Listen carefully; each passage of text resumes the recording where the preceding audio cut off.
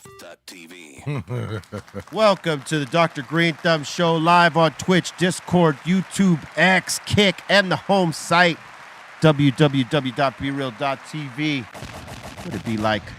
I'm Dr. Greenthumb. To my right, Mr. Goodlight, DJ C-. Hello. Happy Monday to all of you. And to his right, the iconic one, Eric Big Drum Bobo.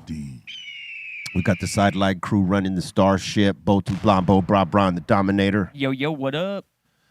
Word up. And back in the house, one of my brothers. One of my other bandmates from one of my other bands. X to the Z up in the building. Yeah, what up, man? What's good? Yes, sir. All right.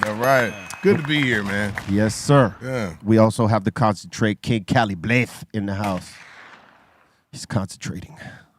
What's up, X? Congratulations on all the stuff you've been doing, man. Yeah. Shit, you've been keeping busy. Yeah, I got to stay busy. Looking good. Thank you, man. You know what I'm saying? Kingmaker. Yes. I heard the music before some people did. Yeah. And, man, some fine work you did. Hey, man, there, I my appreciate friend. it. Oh, wait, let me not forget, because he's in the corner tucked in. Yeah. My man Demrick is in the building. Hey, man, tucked away, but right here. What about me? I was like, oh, shit, wait a minute. We got Demrick in the building. Mr. Bar Spitter down there. Yeah, man. Ready on the drop of a hat. Man, salute, because, like, you know, we come from a generation of rappers that stay busy. Yeah. You know, we don't sit down for nothing and not do nothing. We're always, in constant motion, perpetual motion, I would say, in terms of work. Yeah. And at each time, I feel like I think with frequency, all of us just keep getting better. I mean, like, the more you do shit, right, the more innate it becomes. It's second nature to you. Like Bobo, you know, who started playing percussions at what age? 5? 5 years old. 5. Bro. Playing consistently with frequency from 5 to 56. I mean, you just keep getting better because of the frequency of playing. And I feel that about, like, you know, every time I hear you spit, you're just popping it up levels. Like, I called you on the Man Down album. Yeah. Yeah. And you know what I said to you. Yeah. That head came off, boy. Hey, man, look, I still love it. I still love what we do. I still love the craft. And when you prioritize, especially when you say how long we've been doing this, when you prioritize what is important to you, and the most important thing to me is time, because we don't know how much we got. You can't be measured. You don't know. Right. So I have to spend my time wisely, especially been through all the bullshit that I've been through, that you've been through, all of us at this table. You know, it has to be a certain way to do what we do. Right. Like, I won't accept no other way except the way that it needs to be done. So when people put out music, you know, I do it from a place where I'm doing it because I want to do it, not because I have to do it. It's a lot of love. Right. It. Yeah. And it's not about being, you know, keeping up with the Joneses or trying to, you know, do, like, I still think I can rap at a high level and make the kind of music that I can enjoy and that I feel proud to put out to the audience. Like, I still feel like that, you know, you can't tell me to sit down, nigga. You gotta sit me down. You know what I'm saying? like you can't just tell me, oh, well, you know, ageism don't exist to me, because, you know, I still get out there and smash shit, you know? And that is the thing about hip-hop, and everybody here can agree with that, is that it's always been ageist, right? Oh, yeah. You know, there was a time that when you hit your 30s, that they would try to play you out like they do in the NBA, like, oh, he's too old to play, he can't run with the young bucks, or in any sport. Right. It's always like they try to play you out when you get to 30, and you know, you ain't really got to your strength until you hit 30, really, physically even, really. You know what I'm saying? But to me, in terms of music, and it doesn't matter what genre it is, as long as you still got it. If you still got the goods and you still got the passion and you can deliver on a high level of what it is you do, there should be no fucking age on it just because record companies don't know how to sell to a younger audience. Correct. Yeah. Or radio stations don't know how to cater to audiences that spend money. You know what I'm saying? Yeah, but we also come from a generation where, people invested not only emotionally into our sound and our music and our movements, but there was a physical investment of time that Right. they had to go to the record store or go to the Right. to the Tower Records and look for our CD, know what it's called, take it up to the counter, go out to the car, open it, read the ink credits, Different experience. listen to the songs it's a whole different investment. It was all very intentional. Right. And it was and the pace of it was a lot more palatable. You weren't force fed things that you didn't Right. want to actually listen to. Yeah. Like you had to go and find and be direct with what your purchasing was. And then you go to the show. And that's a whole nother thing. Yeah. So we have legacy artists now that are experiencing the first of our kind. Right. People that had that kind of investment, the technology that we had, the access that we had to them, millions and millions of records being sold that way, not just with a free click or buying music as an option. Right. No, this was like hard. People, you had to invest in us. Yeah. So when you come now and you see, still Cypress Hill touring and Xzibit touring and, packing out arenas and stadiums and shit like that, that is not because we got a TikTok hit. You know what I'm saying? Yeah. Like we don't even exist in that world. But, Tell 'em. and it's a good thing because that's their shit. Right. You know what I'm saying? That's their platform. But we don't have to. We just have to do what we do really well. That's it. Yeah. You know what I'm saying? Because we can exist without that because we've existed and built our base before that even was a thing. And now, the power of those platforms, you're basically adding on to what you have if you win people over. But for the young bucks, this is their building. That's their block. building. Yeah. Yeah. But it goes so fast. Yeah. Like I can't wait to see. Like, how every once in a while we get like a 10-year reunion or like a anniversary or something. Right. Like it happens so quickly.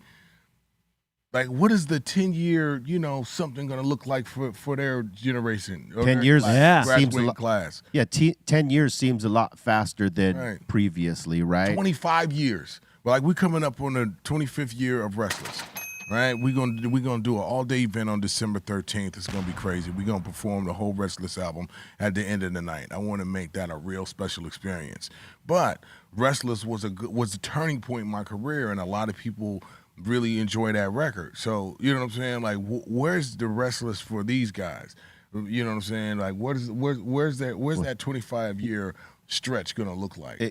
We've been talking about this for a couple days, and Demrick could probably chime in on this because he gets with a lot of the younger artists more than you and I do, I think. But it seems to me the way that music was the passion and the love for us, and fame and all that were like a byproduct if you were to be successful, and it's not even something you think about.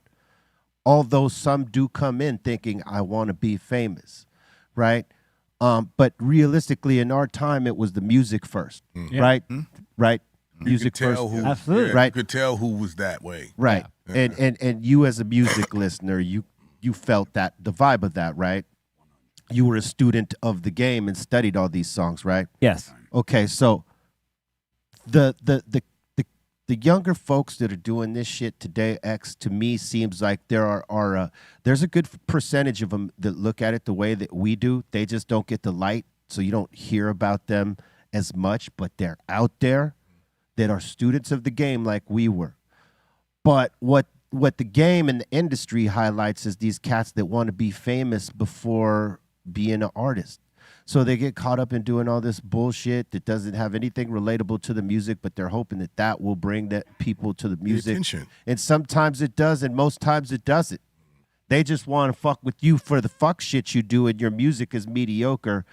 Or if you're compelling enough, they may fuck with your music. But you know what I mean? It's a fucking gamble there, right? And they want the fame first. And it don't last. That's And the thing. fame don't last, and the music is secondary. That's why half of them are half-assing it. They don't know how to perform their own songs. They don't know how to be artists because it's not the passion to be an artist. The passion is to be famous. Right. They You know what I'm don't study. saying? They do not study. They don't do the study, exactly. You know, they don't do the homework. You know, and that was the thing. Like for us growing up, man, we was like listening, studying, like really like dissecting the whole thing, the whole art of it, because that's what we were about. Now they don't want to hear about what was going on before. Yeah. They want to do their shit. And cool, it's cool. Yeah. But you gotta understand where the shit came from. You gotta have some sort of a different guideline, I think. And yeah, they ain't got it. You'd be surprised on how many of these guys are students, though, right? That That's they would really cool. that they would surprise you and tell you, "Oh yeah, I know this," from this hip hop group and forward. I'm sure. But I know that in the initial rush of like the YouTube thing and just getting a video out and just that whole thing, they're not thinking about anything else. They didn't put 10,000 hours into anything. No. Right. Exactly. And the younger They generation, put about- it's instant. They want instant gratification and they want new. Right. It doesn't last. Like you put out an album, you were good for a year or two back in the days. Bro, you got to be on top of it. And in today's days, it's like they want something new all the time. People have a very short attention span. That's true. It's not the same. So to be able to make it long, you got to continue being creative. Like Demrick's always dropping something new. It's not not saying he doesn't want to, but if you want to stay relevant and you want to build, you got to be giving somebody new shit all the time. Speaking of Demrick, ooh-wee. Yeah. Ooh-wee. What do you think of all that we just said right now, Demrick?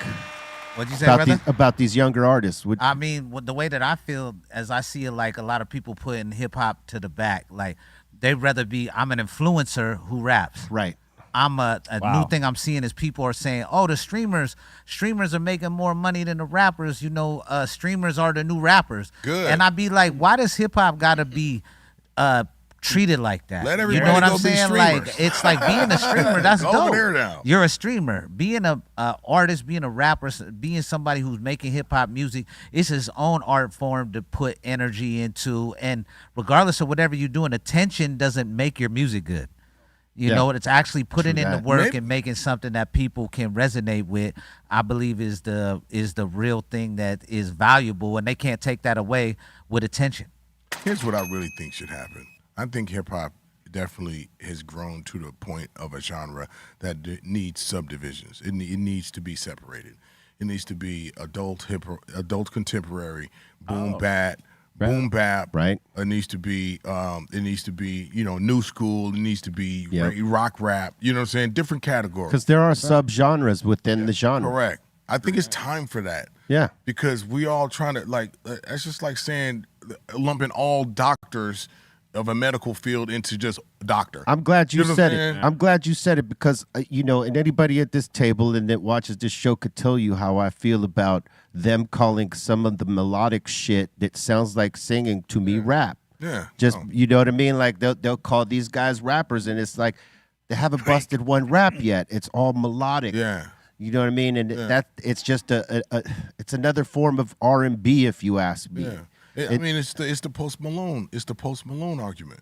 Right. You know, he came out like He's not a rapper. Yeah, right. He came out like he was from Atlanta or some shit, just rapping. You know what I'm saying? He could Yeah. sing. Doing all that. He got the attention, and then as soon as he made that pivot, he was like, "What rap?" I'm Well, making yeah, these ballads. Country now. I'm a cowboy. But motherfucker. but Like, that's the thing. He wasn't labeling himself. They were all labeling him this or that, just like they label a lot of these guys who do that melodic type of shit as rappers when they're actually singers. They're not as strong as the traditional singers, but that shit is singing. but they catering to our audience. Yes. The guys of calling it hip hop. They're catering to a rap audience. And it's really like a hip hop fusion of R&B with the hip hop sort of sensibility, right? And because they're singing about some shit, but it's very explicit. It's not like R&B used to be, where it was crafty and witty and shit like that. Oh, And yeah. they weren't like talking about "I'll eat your pussy out" Yeah, and that's dick and fuck pussy. you all Dick night. and pussy lyrics all day long. Yeah, all that shit, which will It's very I mean, which explicit is graphic. okay. I mean, Hey, it's you know what I'm fine. saying? Like, There's we a- do it too. but You know there's- what I'm saying? But at there- least we honest about it. There's a lane for it, for sure, because I mean, you know, some of it does really well, but I'm saying a lot of that music, a lot of those songs in that style are not rap songs. They're not even rap songs, let alone hip hop songs. You know what I mean? So like they get miscategorized. You know what I mean? And that subgenre shit would clear all that away if you did start labeling the subgenres within hip hop.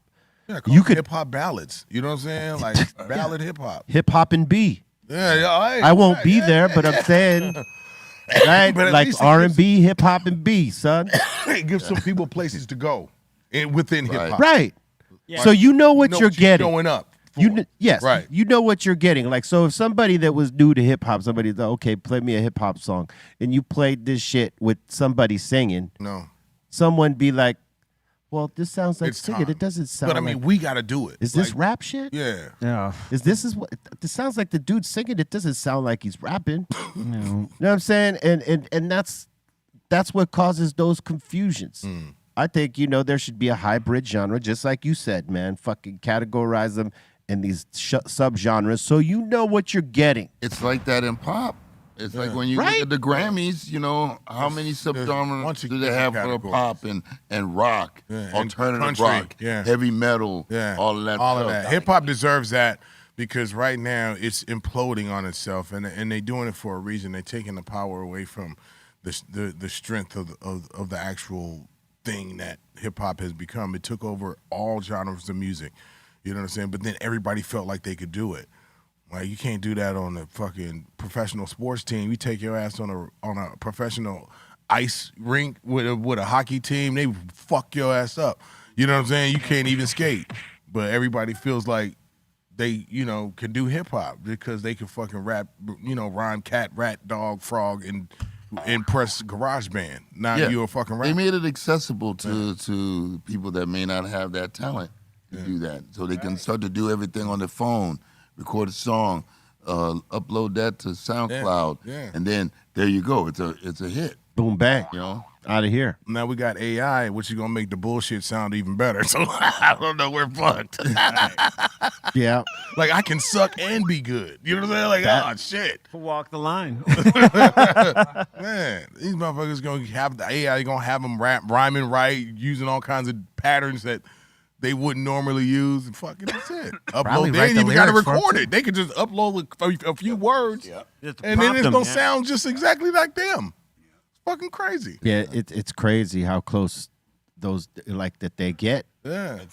We're there. We need to trademark our likenesses. I know it sounds crazy and paranoid, but No, you definitely. trademark your name, likeness, your voice, the sound of your voice, all of that shit. It's because now That's gonna be a new thing. it's gonna be a thing. I would imagine that because you know, the folks at like fucking SAG and the Film Academy and TV, they're like totally fucked up about AI. They you know, they're not cool with it, right? Because they know that it's going to take jobs away from actors and stuff like They that, don't even right? need actors. And writers, too. They can make a motherfucker well, that they can use for free. But that's the point. Is that Look just like a real person. But that's the point. You know what I mean? They're like pissed off because they don't want motherfuckers to start using AI characters to do movies with because it puts actors out of business, right? On top of that, yeah, I think one of them should be that they probably most likely will trademark each and every one of those actors' images and stuff like that so that AI can't use them anywhere.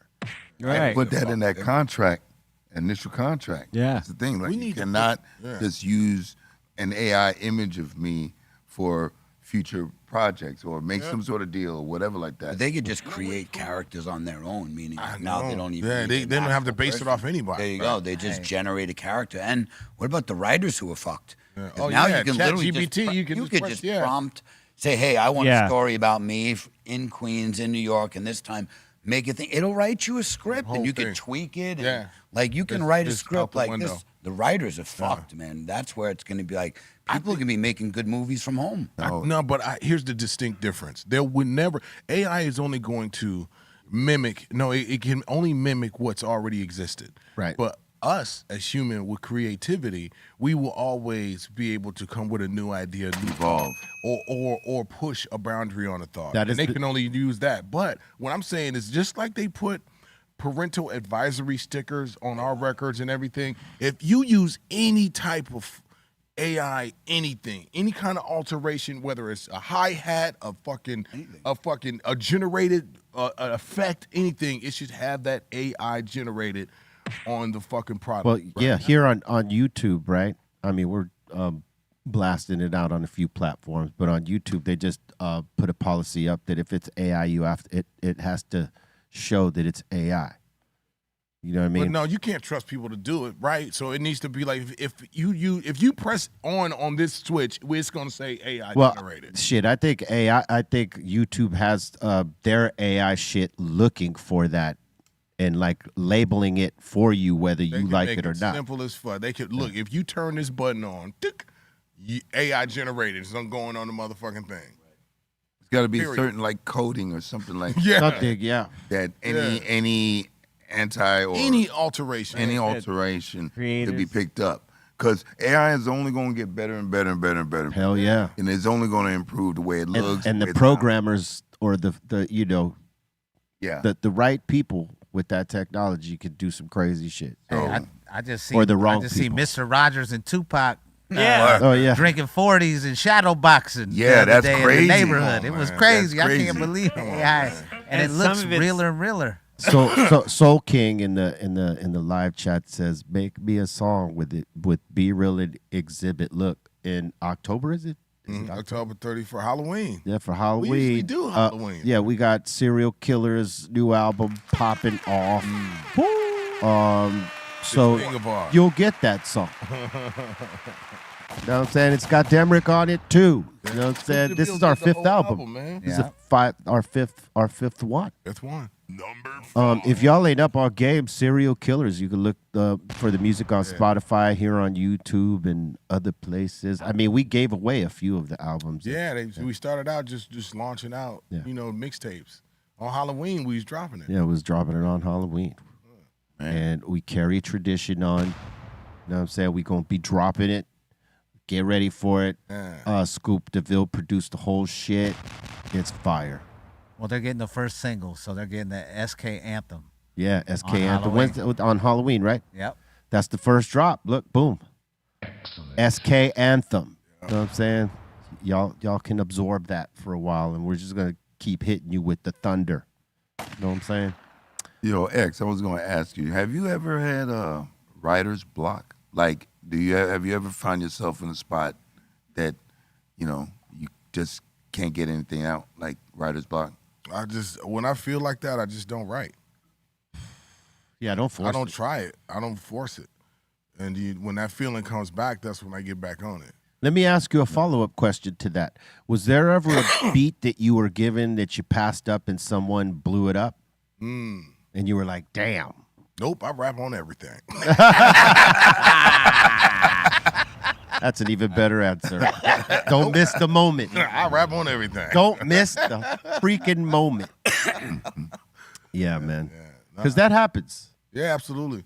Nah, but I mean, I generally enjoy the collaborations I do, even when I go outside the box. Right. Like I've done like wild shit. You know what I'm saying? Like rappers from other countries. I've done like shit with Within Temptation. You know what I'm saying? Yeah. Like wild shit that takes me out of my norm. Because I think when you can exist in different platforms, it shows versatility and it makes you better at what you do. Well, you've expanded outside of just being a rapper. You are an artist that can like live in different lanes, Yeah. and that's what you aspire to do. Like if you just want to be a rapper your whole time, you could do that. But you know, if you want to branch out and do shit, I mean, you've done TV, you've done Yeah. films, you've fucking done different styles outside of the genre. Yeah. You know what I mean? Like I think that's as artists, what Perspectives change. Yeah. You know, creative taste change. you evolve, You know? and I think it's what you're meant to do as an artist. If you could put that jacket on and it fits, then you fucking wear it. You know Do what I'm it, saying? yeah. Because I feel like people stay in a box too much, Oh yeah. and they don't, and they're afraid to go outside of that, and they stay safe, and then then they get complacent with that, and people start feeling, well, fuck, that's redundant. I've heard them do that like 1,000 times. Yeah. You know what I'm saying? I feel like you have to take the chances. You have to You have to take risks. yeah. You can't be afraid of, failing. Right. Sometimes you don't know how long it takes somebody to get to where they're going. You know what I'm saying? Yeah. That's real shit. I heard somebody say something funny one time. It says, being successful, people, it's like being pregnant. You know what I'm saying? Yeah, everybody says congratulations, but nobody knows how many times you got fucked. Yeah. People see your wins and assume it's been all great. Yeah. And it ain't always like that. You got the trials and tribulations of the music industry is a bitch. Yeah. And so is the cannabis industry. Y'all probably dude, don't know look, about that. the cannabis industry is like, look, dude, they'll kill people will kill their own mother in hip hop. Yeah. But in cannabis, they will kill their own mother and eat her. You know what I'm saying? Like, this shit is crazy. It's fucked up. It used to be very nice. And now Brutal. It's like brutal. What happened? Money and people got greedy. Greed. But that's another story. But check this out. X is going to do a joint for us right now. You know what I'm saying? So we're going to Word? yes, we're going to roll into this break, and then we're going to come back with the performance by my man Xzibit right here on Be Real TV. Let's go. BeReal.tv.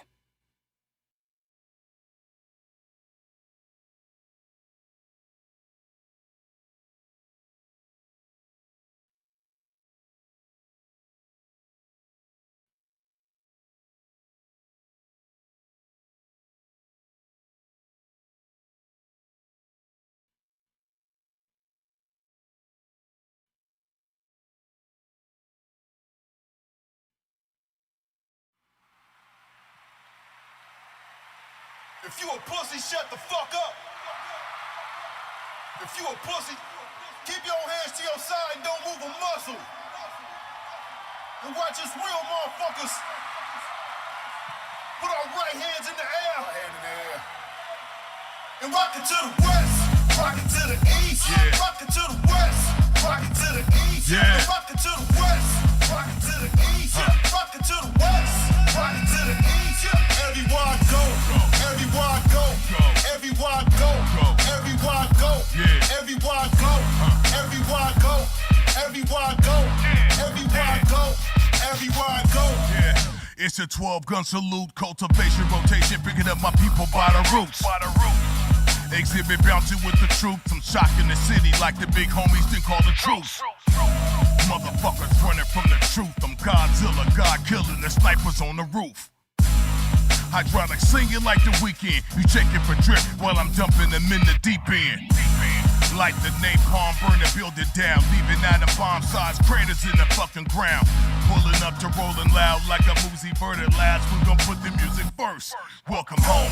Yeah. Everywhere I go, everywhere I go, everywhere I go, everywhere I go, everywhere I go, everywhere I go, everywhere I go. And rock it to the west, rock it to the east, rock it to the west, rock it to the east, and rock it to the west, rock it to the east, rock it to the west, rock it to the east, everywhere I go. Greetings and salutations, bitch, it's a celebration of a career that's transcended for generations. Ran out of love and patience and back for reparations. I run for office, no thumping coffins at my confirmation. Yeah, $1 billion smile like a crocodile, lungs brown, vocal cords sound like a black and mild. You must be out your mind if I'm out of town. Killer bees on you like disease if you fuck around. Pour a 40 shot to that 42 and knock 'em back from the situations I made it through. I send you back to the energy that created you. I hated you, I disrespect your flag, then invaded you. Necessary, open carry like a mercenary. I came from moving more packs to the apothecary. Shit was scary, I was buried, but Dre brought me back to hit your fucking cardiac like a heart attack. Go. Everywhere I go, everywhere I go, everywhere I go, everywhere I go, everywhere I go, everywhere I go, everywhere I go. And rock it to the west, rock it to the east, rock it to the west, rock it to the east, and rock it to the west, rock it to the east, rock it to the west, rock it to the east, everywhere I go.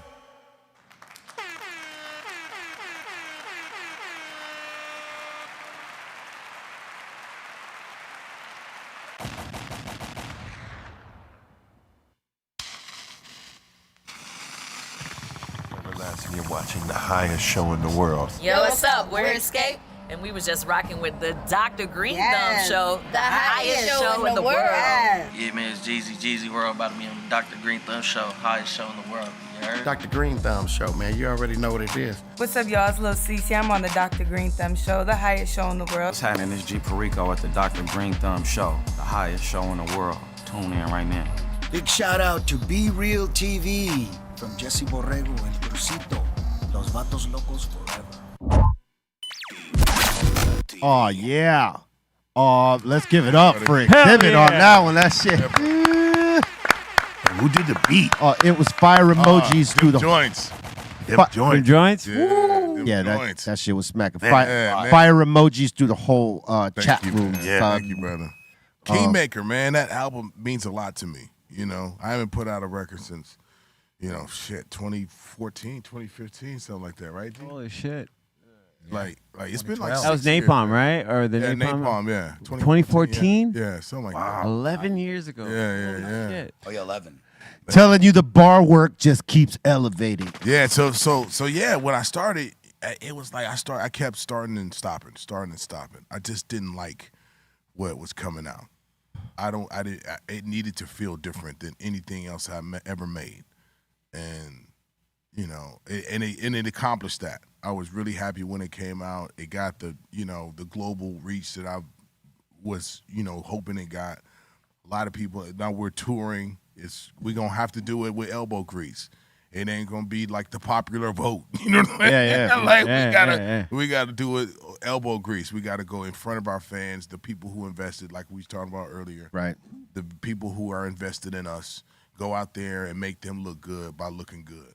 You know what I'm saying? Like, give them something to be a fan of. Give them something to work. Not feel entitled to their support, but go out and retain it. You know what I'm saying? I'm glad you said that because, that is the give and take in being on a label is that they are willing to support you, but you got to be willing to work. Yeah. And work your shit and not just expect them to do everything. And then if something doesn't go your way, you're blaming it on them. If you're not putting the work in, it ain't gonna be no like we don't have a machine. You know what I'm saying? We have talented people around us, and we know how to do real shit, and we're organized. So with that, we can move mountains. You know what I'm saying? There's people with big machines that still don't do and get in front of the amount of people that we get in front of. You know what I'm saying? Like it's there for us. But like I said, we're the first of our kind. We got to be able to set the standard. Right. And it has nothing to do with our age. It's about what we're doing with our legacy and what we're doing to keep it fresh and innovative and still do it with some passion. You know? Yeah. That's everything. To still love to do it and execute on the level that you just did right now. Hey, man. You know what I'm saying? Yeah. I mean, bars. Thank you, man. The bar work. Because, look, we all know this, that because we were talking about it earlier. Some folks in this new generation could maybe write something like that, but delivering that like in a live format, and like effortlessly, that takes work. That's craftsmanship right there, man. That's putting those hours in. We were talking a bit about like, there was no second takes or anything. That's like boom, on the fucking one. There wasn't no oops. Yeah, there's the hold on. Let me run that back. Run that back. That goes to show you the love. And this is what we do, though. Yeah. This is how we're supposed to do it. Like we have to use our superpowers. Like you have to practice them. You have to get it down and be a master at your craft, because if people are spending their hard-earned resources to come and support you and be, part of your movement, then give them something to really lean into. Yeah. Well, maybe the I know that there's people that are doing it, but that a lot of the new artists kind of see this and see that you had to put that work in. It's not just about making a video and that being hot. You have to be able to go on stage and perform that, get in front of people. That part, get everything together. Look, every rapper that we've ever had do something here, has never rapped over a track. They've put the bars out there and knocked it. Live. Demrick last week did that. He's done that several times here. Armin had done that. Xzibit just came and showed you phenomenal bar work. We've done it on GTM. I mean, you know, it's about loving the craft enough to respect the craft that you're doing, to serve it properly, you know, because we are nothing but instruments for this music, this vibration that comes out of nowhere. Yeah. Like AI can't do that. You have to prompt it. We as people come up with the idea out of nothing. Yeah, alchemy. Yeah. And then we learn how to project this idea onto you by performing it properly. Know what I'm saying? Instead of coming over and half-assing it. Yeah. Some The mic people be never on the good. mic be pointed at the stage the whole fucking show. They point out the crowd. You Right. know what I'm saying? For vocals playing. Yeah, I can't fuck with that. Yeah, yeah. What the fuck? If I saw an artist doing that, I'd probably walk out. It's like they do they let the crowd do the verse and then they'll come in and do the hook. It's like verse, the verse. Yeah, how about reverse roles? Yeah. You do the verse and let them do the chorus. The fuck? God damn it. I'm just saying. I mean, I would walk out. I mean, I've seen it on TV. We've seen a couple people do this shit, and I've seen it on YouTube where, you know, one of these big-ass festivals is rolling out, and some of these younger artists... Like one song. One song. Like maybe. their biggest, the big song. Maybe. Yeah. Maybe, but I don't even know then, because it's like, then they cheat. I mean, they have, the vocals there. They'll just let it ride and point the fucking mic at the crowd and hope the fucking crowd... Nah, man, I ain't... Sometimes they have the vocals going and they're just doing their own ad libs. That's when you run it back. Listen, if I'm paying all that money for a ticket, which I'm not, because I don't go to half of these fucking things unless we're playing them. Let's be clear. Let's be clear. But if it was, I want to hear the motherfucker giving it out there like other pros that I've seen give it. I don't even put myself in that shit, because if I'm coming in as a fan, I can't weigh you against me, right? I would never do that. But I don't want to see a motherfucker leaning on the vocals. And there's some people that are just not good live, bro. Like, I'm as a fan. Then you shouldn't be a performer. Yeah, I agree. If you're not good live. Hey, but that there is a part of that is the game. Yeah. There is a part of that you could be a creative person and make music, but if you suck live, you just don't ever play live. Yeah. And that happens. You know what I mean? There's plenty of groups that made records that they never did a fucking performance, or they may have done one and realized maybe we should just record and put it out, but we shouldn't necessarily go out and try to play this shit. Oh, man. Because that's a different animal. Yes. It is a different animal. That is why there are live players that you go on tour with and they play that shit on stage live, and then there's studio musicians. Some of those studio guys, they could go play on stage, but they're not as seasoned as the guys who play on stage for the living. Just like if you reverse the role, if you took a guy who is more of a tour-centric musician, they're not necessarily called to the studio sessions because they don't play as clean as the session players. There is a difference. You know what I mean? And some of the session players never have been on tour. Some of them have. Some of them have. Some of them don't even want to go out. Most of them Yeah. stay in the studio. And the guys that are strong on stage but not necessarily in the studio, they stay being like hired guns to different bands that might need a guitar player, might need a bassist or something. They ain't in no fucking studio because they know they ain't got the chops that other studio musicians have. There's just different lanes, and that's a fact. That's for sure. And if you want to be one of those artists that records music but doesn't necessarily perform live, there's that. Right. You could still put on a live show. Shit, you could go fucking Like the Gorillas. do something creative like the Right. Gorillas. Exactly. It doesn't mean you can't.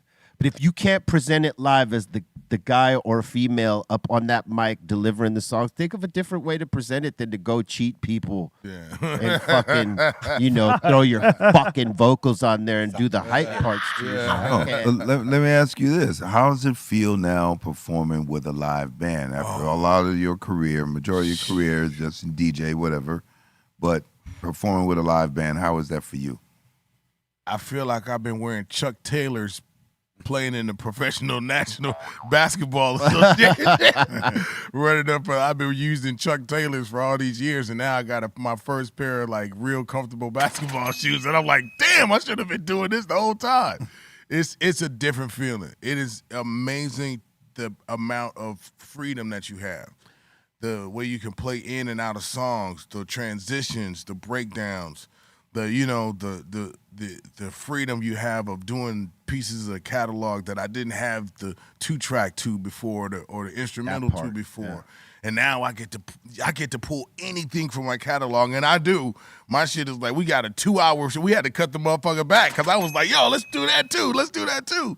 It's a whole different energy. Yeah. And I get excited about it because that's the way we presented the Kingmaker album. That live band is a whole different feel. Yeah. Well, it's a bigger sound. Yeah. I mean, because when you think about how hip-hop was produced once upon a time, it's like 2 tracks. But my dream is to do what you guys have already done, and that's to get with an orchestra. Like, to play that kind of, like, I want to hear Paparazzi built. You know what I'm saying? Yeah. Oh, man, that would be incredible. That'd be stupid. Like, you know what I'm saying? Like, and a lot of your songs lend they have a lot of joints that have like that. You know what I'm saying? Yeah, a lot of your shit is very, very orchestral sound. 1983, I did. It was just an acapella over just a whole bunch of strings. So 1983, those are specific things that I'd like to do out of the catalog. That I personally, that's a bucket list thing for me. You know, I would love to be able to build a show like that. Oh, you could totally do it. Yeah, I mean, you have the music catalog for it. Yeah, I saw Nas did that too. Yeah, Nas I went did to the that. one. I went to the one out in Vegas. He killed it. Yeah. Yeah.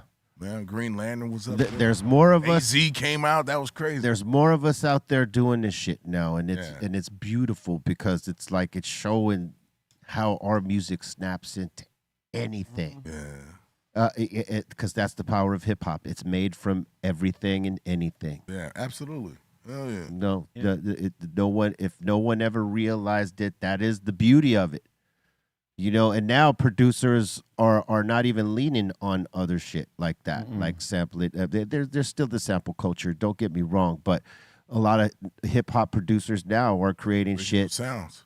Yeah, making their own sounds and making the sound from scratch with no samples, and that just goes to show you the beauty of it, how it all comes back around to musicianship as well.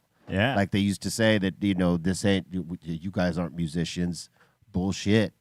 Because hip hop now went away from the samples, and you have players playing bass lines, playing keyboards, playing drums, real playing musicians, guitars, real musicians. But that happened also in the 70s when like jazz fusion was coming in, and the drum machines were starting to make their appearance, and you seeing some jazz albums that had like drum programming, a lot of all this electronical sequencing shit. And that took a lot of people out of the business, because, you're coming from that. You're talking about all players. Then they're not adapting to, like, the old shit, the new shit. They're players. And it took them out. So it's kind of like the same thing with the samples. Motherfuckers was like, yo, where's the real musicians? And now it's come back to that. And now you can even sample the musicians themselves. Yeah. Yeah, that part. Mm-hmm. I mean, that's kind of what Muggs did when we did the song with Sonic Youth, right? For Judgment Night, right? Judgment Night was like, I mean, a lot of you guys know, but if you didn't, it's one of those soundtracks that made the movie better. It was actually better than the movie if you ask most people. And it was the first time that a soundtrack was made that bridged hip-hop and metal or alternative together with putting hip-hop groups and metal groups together. And we fortunately were one of them. We got a chance to do 2 tracks on this album and soundtrack or whatever. And one of them being with Sonic Youth.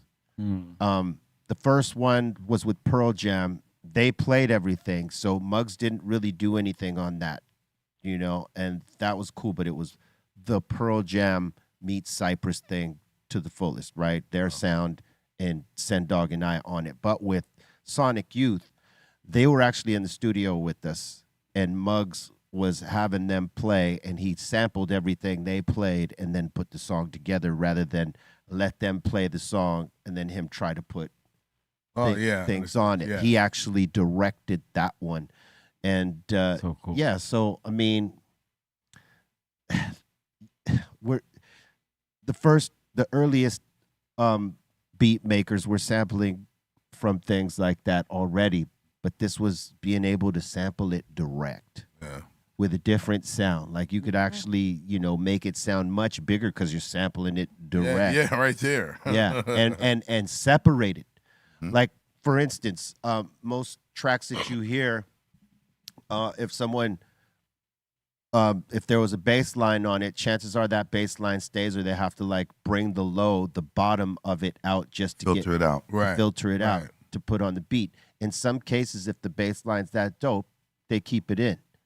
But that's like a bunch of sounds on one track, and then they have to stack. Yeah. When you get them separated, it's done. Yeah, you got to you got to stack tracks on top of that, right? And in the end, when they mix it, it's 2 tracks. Right. Right. So you can't really, in terms of sound quality, sonically, you cannot compare like a 2-track thing with a band, because a band you could raise the bass or drums or guitar up or the keyboards up in certain areas, bring them down. You can't do that with 2-track. Right. And this is one of the reasons that we started using a band back in the day. We played with Rage Against the Machine, and they played before us. We were closing out the stage, and we were like, oh shit, we just got blown out. Now, the reaction of the crowd, it was the same. The crowd gave it up to us, and it was amazing. Dope. We got great reviews, but I was listening that day. Yeah. And I heard how much stronger they sounded than we did. And I talked to our sound guy, and he was like, well, we're only working with 2 tracks plus Bobo. Yeah. Right? We can only boost those tracks up so loud before it gets gainy and starts doing that weird shit, right? So if you want to have a sound that's as powerful as that, we have to incorporate a band. And that's when we started fucking with the band. Since, we let it breathe for a while, and we've just been in the hip hop element again, right. with Bobo on drums and percussion. But as of late, we started bringing the band back and playing some of those songs in that form again, and it feels different. Yeah. You could go anywhere with it. Yeah. Lord is a beast, man. Oh, yeah. He's very beast-like. Bad mofo right there. Man, Yeah. DJ Lord. Yeah. That motherfucker be crushing shit. Yeah. Ugh. Yeah.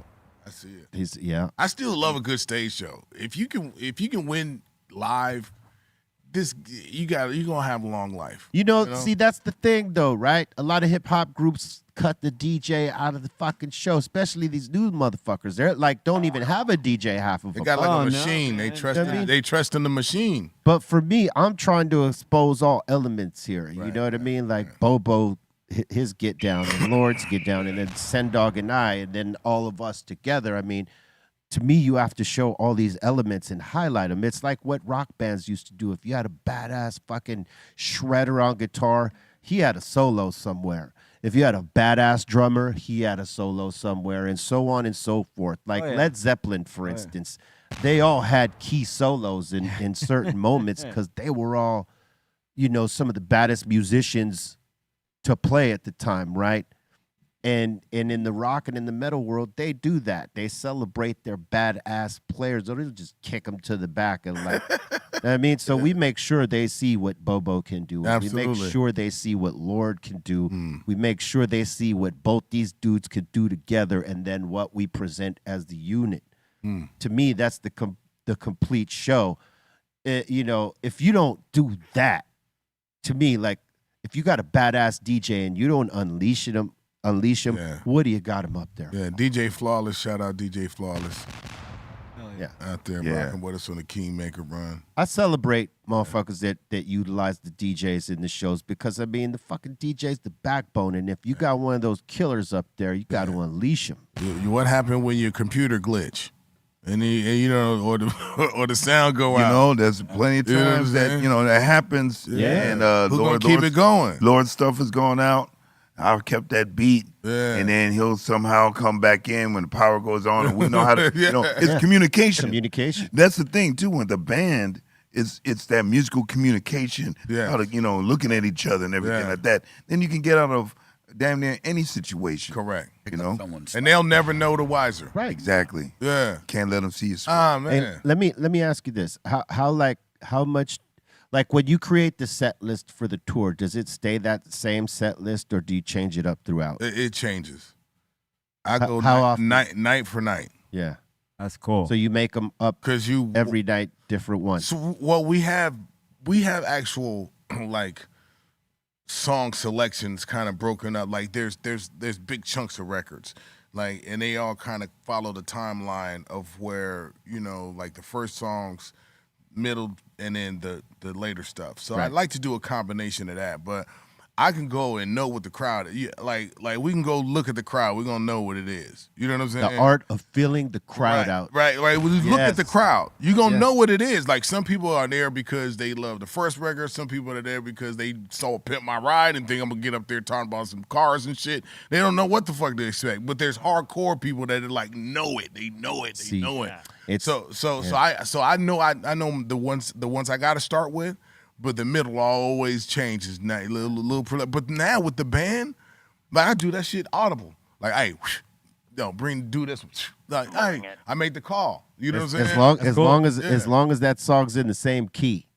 Yeah. You know what I mean? Because if they have to change instruments, you're fucked right there. Yeah. But yeah, you know what I mean? That is the freedom of having the band, that they could go fucking anywhere. No, we'll they could even call it on the freestyle break. Yeah, we'll call it on the break after a song, and I know that the fucking these motherfuckers are jumping out their skin. Hey, do this shit. That's the art of it. See, because you've been doing it so long that you could do something like that. Yeah. You know what I mean? Audible. I think you're seeing more artists do that now than they've ever used to. Because a lot of us back in the day, we used to stick on a set list for I don't know how long, until we got tired of it maybe, and then let's switch this up. Yeah. But now a lot of us are feeling the crowd out, because we were just talking about that not long ago. Or like on this last tour with Atmosphere, we were flipping our set every night. We didn't give because of the phones, right, and the access to what they are able to see. We thought, let's flip these sets up every night. That way these motherfuckers ain't seeing the same show every night. Because, if someone's filming it, they post it up, you got to assume that another 100 to 1,000 people are fucking filming that show and putting up the same shit. So people get to see it, and then it becomes like, not redundant, but like predictable. Some fans Like, based off of the footage I see, they're going to do this song next. Right? So, we were trying to flip it up every night. Change different blocks, take out songs, and put in new ones. Yeah, we got blocks too. Like, and that was fun. And that was fun. Yeah. It became fun to us because it was like, oh shit, we ain't played this one in a while. Let's fucking pop that one off. Sometimes we do a last minute add in, like, let's try this idea. Let's try this. Yeah, and then we'll be out in the dressing room and kind of work it out a little bit and then do it live. I mean, and that's what's keeping you on your toes. I mean, that makes it fun too. That's musician shit. What were you gonna say, C? I was gonna say that's really dope that you go check out the spot and get the vibe, and then you pick the. I set still go to list. sound check. Yeah, that's like I never miss sound check. If I do miss sound check, it's for a good reason. But I'd like to go and feel the spirit in the room. Exactly, I do. I same thing for me in DJ gigs. I got to go check it out and just kind of feel the energy before. I wish I could tell you I love sound check. I mean, I kind of like sound check. I mean, I'm still we've had an iffy relationship. I feel like when I need it, I do it, but I trust the crew. Right. Right. But realistically, yeah, we should be sound checking. I'm up there with sound checking. He's sound checking and Lord. But I mean, but now working with the band, that's really the reason. I mean, I was always pretty diligent about sound check before, because you better be prepared for surprises. But now with the band, they kind of like feeling that out, because it's a whole different energy for me too. So I'm just kind of getting to know what I like and I don't like in my ears, right? Right.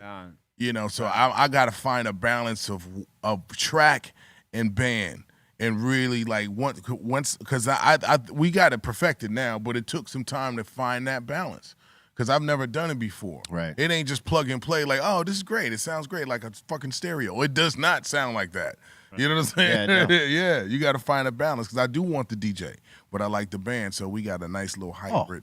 If you got thing. Yeah, if you got the right DJ, the snap in with the band is Yeah. gonna be ridiculous. I got to Absolutely.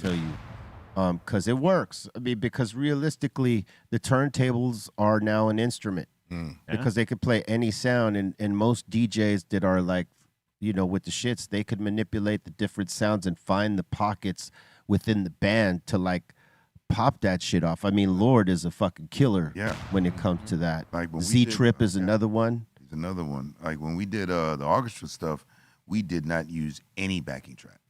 Yeah, no, it was all. None. It was all like key sounds. Like there's certain sounds that you know in the song. You got to keep those in. But for the most part, it was no backing track in any of them. Yeah, Lord was basically an instrument that day, cutting certain sounds in within what the band and the orchestra was playing. Wow. Yeah. And he found key points in every song. So it wasn't like he was just standing there a lot of the time. He was like actually working the whole time. Working the whole fucking time. Wow. And DJs can do this because, a lot of them have that ability to like find those pockets and put some gold in there. Yeah. And that is a fact, man. DJs, salute to all the DJs out there. Salute. And the sound in that arena just live. Like, I flew to London for that shit. The sound in that arena was insane. 'Cause it was built way before, people were mic'd up. There was no microphones. They're just, what is it, King Charles or no, King Edward's? It was Royal Albert Hall. Royal Albert Hall. Yeah, that place had history. That place was built for the shit. That is for sure. Wow. The sound in there is ridiculous, but I'll tell you the history in I there. wish I could have saw that live, man. I think we're going back next year or something like that. Yeah, we're working on something. We're working on the some other- return. Yes, working on the return. And when we do it, you got to come out. Absolutely. I'm there. We might have to pop something off. Hey, I'm there, man. I already know. Yeah, I'm there. I could see it. Man, I think you're gonna pop another one off right now. Yeah, right? come on, man. You know Yeah. what? Let's go. just knock it down and then we'll come back. You're making them work. Well, you know what I mean. It's a new series here. You know what I'm saying? We're having the. Okay, it's like, so I'm gonna spit some bars in the next day or so too. So just slow down. You might be. Settle down. Okay. Okay, X. Word up. High expectations. High expectations. That's right. We coming back with the Xzibit right after this on the mic. Let's go. Yeah. You're on the highest show in the world right now. Dr. Greenthumb Show. You rocking with Trader Truth, aka King Truth. What up, it's Nate No Face. We're here on Be Real TV, the Dr. Greenthumb Show, the highest show in the world.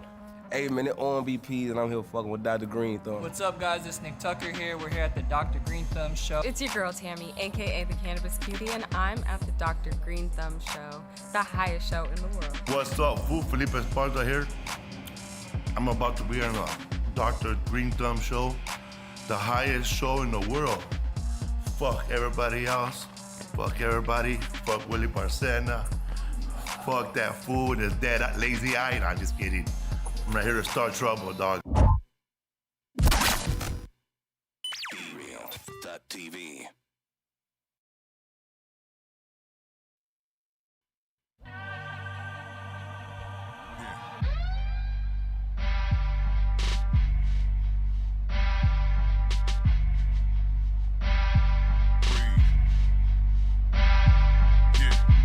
Gotta have the ear of the king to rise to the top and pull strings. Ain't no in between. You niggas know exactly what I mean when the pawns get lucky and start to close it on the queen. Don't let these hoes build your self-esteem, taking out the old regime like the Marines. I did numbers without the machine. It's faith in the backwood. These motherfuckers ain't that hood, they just act good. Yeah, the return of the exile, the X-Files, the X-Men, I X'd out. Up all your bullshit conversations. I ain't gon' sue you, I'll kill you over that defamation. Put some respect to my name, baby. All tree, y'all, Neanderthal. You waited for my tree to fall. But no, I just circle back for all of y'all. My bullets tumble, my favorite beverage is Molotov. Ever ask yourself how much a dollar costs? Is it worth your soul? Niggas hate themselves and then to top it off, y'all be paying for bottom feeders to top you off. Motherfuckers make some noise.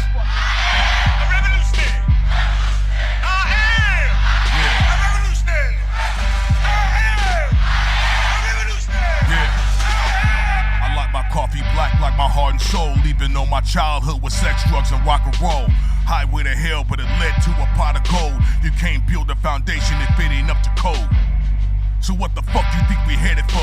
Some type of paradise, some glorified afterlife? They trying to beat us with pandemics and parasites, satellites, dirty water and dirty Sprite. But let me keep a G for my niggas. Break change, change ain't free for my niggas. My ex-bitch called TMZ on a nigga. Try to leave my world disfigured, go figure. Gold diggers, gorillas, go get us. I ain't finished, buckle up and roll with us. I ain't none of these old niggas. I'm about to leave with like 9 to 10 figures. I believe I'm gonna die in no car, man. I don't believe I'm gonna die sleeping on no ice. I don't believe I'm gonna die cause I got a bad heart. I believe I'm gonna die doing what I was born for. I believe I'm gonna die half the people. I'm gonna die for the people cause I live for the people. I live for the people cause I love the people. Xzibit, Be Real TV.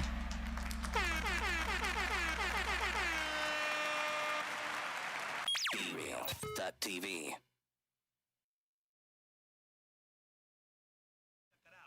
Fucking weed myself. I like to fucking cocaine, especially sniffing off the stripper's ashes at the motherfucking bank. Don't need a problem. Big dude, big boogie.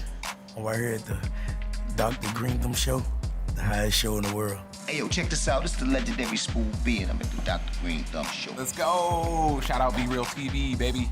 Shout out to Be Real, the Dr. Greenthumb Show. Everybody, shit is incredible. I loved it. Can't wait to come back, man. Westside, Young Casey, Reggie's, Peter Carrots International in the building. X to the Z with the fire bars. With the fire fucking bars. Don't bite none of these old niggas. Don't bite them. Don't bite them. It'll burn your mouth. Man. None of these. That was great. Yeah, thank you, man. I mean, and that's live, y'all. That's live. It is.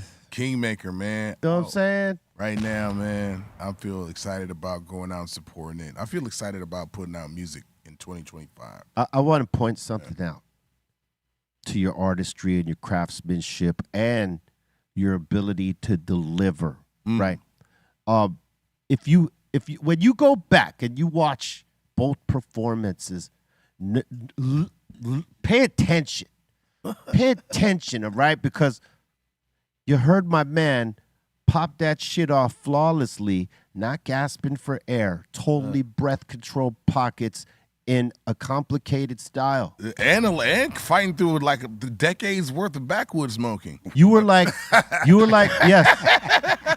Yeah, with the tree bark smoke that you keep popping off. Yeah. Look, it was like you had a machete and you were just chopping your way through the fucking jungle, man, without breaking a sweat. Yeah, breathing, man. Breathing is part of MCing. It's part of being able to sound the way you sound live, the way you sound on the record. Man, it's important. It's super important. It makes you even a forever believer in that artist. Hey, that's why you've always been one of my favorite fucking thank MCs, you, man. bro. Yes, sir. Man. I swear to God, look, in the realm of who I thought I'd be working with in you know, as this career happens, right? When we met, I never thought we'd like be doing the shit that we're doing now. And I got to tell you, you know, like when you and I and Demrick got together and we started making that first shit, I feel like it was an incredible vibe because like Muggs always told me, right? You know, and I lean on him for this because he did give me this game. He's like, if you want to be one of the best, you got to be around the best. And for me, you know, you guys have always helped me keep my fucking sword sharp. Yeah, man. And to me, I've always like had mad respect for that because I know you and Demrick are like fucking, you know, cut motherfuckers' heads off. Yeah. So I felt it was easy to do the serial killer records. It was, and I say easy to do is because I'm so self-conscious about doing Xzibit records. You know, like I know. I'm thinking about what was created as I should, but I should always think about going forward. But there's always that anxiety of that. Right. But the serial killers joint, it was like the beat is on. We basically just ciphering like what crazy shit do I feel like saying, and it gave create a license to do all the serial killer shit, so we could rap about that kind of shit. You know what I'm saying? And it just gave us a free license to ramp up. And so those songs evolved into a chemistry now where it's album worthy. Yeah. You know what I'm saying? Like it's smacking. Like everything is in sync, and we all understand where it is. And Demrick, man, I was like, boy, you know what I'm saying? My girl we was listening to it at the crib. She was like, he sounds confident now. Like he sounds like he's really feeling what he's saying. Yeah. You know what I'm saying? Yeah. Like he really shined on this record, man. And you know what I'm saying? And I'm really proud of him. Just not only just because of this record, but because he's been able to persevere and become who he wanted to be. You know what I'm saying? And he's ready. You know what was cool about it? And Demrick and I talked about it a couple weeks ago when he was here, is that, you know, our very first song together was Don't You Dare Laugh, produced by Scoop DeVille. Yeah. And it's crazy that was the start, and then we're here on the 5th album, and he's produced the whole thing. Yeah. Full circle, man. Yeah, full circle. Yeah, man. Salute to Scoop, man. He did an incredible job. And then he spit some bars on this. Yeah. Oh, hell yeah. He got him. Shit. Where's that been? Yeah. Where's that been? Next album, we might have a 4th rapper on that shit, man. Oh, what you got to say for yourself, Demrick? What'd you say, brother? I said, what you got to say for yourself? Hey, man, I just can't wait for people to hear the album, you know. I feel like Scoop really produced, he came with the vision, you know. So, like, the same thing that X said as it developed over time, like, I feel like this is our best work to date. And I really appreciate, you know, that X, you saying that I'm really at that point right now. I feel like, you know, the blade is sharp as ever, and it's about, you know, just going and executing now. So I can't wait for people to hear it, for real. Oh, yeah, it's fucking sharp as ever is for sure. Dude, hey, this album is so hard. It's so dope. You know what I mean? No, Like, I got to say, look, you know, I had a chance to listen to Uwe, and I had a chance to listen to Kingmaker, and both my brothers, like, swords are fucking sharp as fuck. They will cut your head off as rappers, man. And it just, you know, I'm just glad to be able to work with y'all, man, because again, you know, I feel like it helps me step my level up, you know, fucking with y'all, and I think we all make each other better in that way. You know what I mean? And because nobody wants to have the weak bars. I was gonna say, because B, you know, you ain't take a bar off on this. There's no bars were taken off. Yeah. Dude, and you guys had the greatest chemistry. Each album, you guys get really better with the chemistry. On that last album, you guys were so in sync. It was like you guys were the best 3-part group, like 3 MC group. I was just like, oh, I'll put us against anybody. I'll tell you that shit. Right now. Look, you know, I feel like we bounce each other's ideas around really well and adapt to them. We're never fighting against or like. Just try it. If it don't work, it don't work. But I mean, you don't got to put it out. You know what I'm saying? Just try the shit. Yeah. and we've managed to put some really cool shit together. And I feel like with bringing Scoop on, he had ideas as a producer, which I like, because I mean, some producers, they might get intimidated by the names and just let you go and do it. And they might have an idea, but they might be too intimidated to tell X or myself or Demrick, hey, what if we try this instead? Or they keep making the songs we already made. Like right. Every producer I ever worked with tried to give me a beat to sound like X. I'm like, no. You know what I'm saying? Yeah. Like somebody tried to make something to sound like Muggs. It's like, bro, we did that. Like you know what I'm saying? Like, let's find something else. And that's the thing about my man Scoop, is that he didn't do none of that shit, and he wasn't afraid to come say, hey, I have an idea. How about this? Yeah. And I respect that. Banger record we did. I like that Stu Banger. Yeah, that was a good one right there. You know, that was Vinnie Paz, Be Real, X to the Z. That was incredible. Man. Hell yeah. You know, we do what we do. You do? Yeah. We fucking do what we do. A lot of talent at the table. Hey. I mean, it's what we do. I mean, this is what we do. I mean, it's what we do. Forget about it. It's this thing. This thing of ours. Yeah, it's this thing of ours. Yeah. You know, one of the best parts, though, about, you know, serial killers is for the fan, all 3 parts can perform live and sound perfect. I thought he was going somewhere totally different with that. I was like, I was going to say, oh shit, he's about to say the best thing about serial killers. Oh shit. No, literally though, it really will. They can go hear the album live, and it's gonna sound the same. Like, I'm disappointed more than I'm happy when I go to a lot of hip hop shows. And that's as a fan of hip hop. I expect you to sound like the record. Not screaming, a lot of people just scream and shit and sound like shit. I think like, that's not even trying. I mean, a lack of really going out on the road and learning how to use that tour voice, that that live voice. Getting past the excitement. Getting past the excitement, because it's easy to go out there with the adrenaline, yo, and do. I mean, listen. I seen Demrick learn this hands-on. You know what I'm saying? From doing shows with me, from doing shows with X and I. And then going and doing shows with X. You know what I mean? The level of excitement that happens when you don't necessarily do it so much. You get up there and you feel like you got to scream and your fucking heart is fucking racing and you're screaming and you're moving and you run out of breath or you fucking blow your voice out, right? Because this is the excitement, because you're seeing a crowd in front of you that's feeling your shit.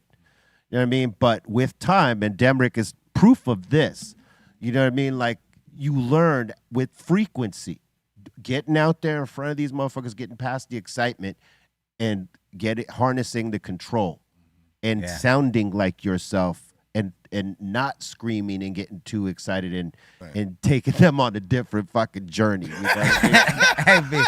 Hey, B, I used to do it too. Hey, hold on. I remember on that very first Smoke and Mirrors tour when you brought me out and I was hype man for you.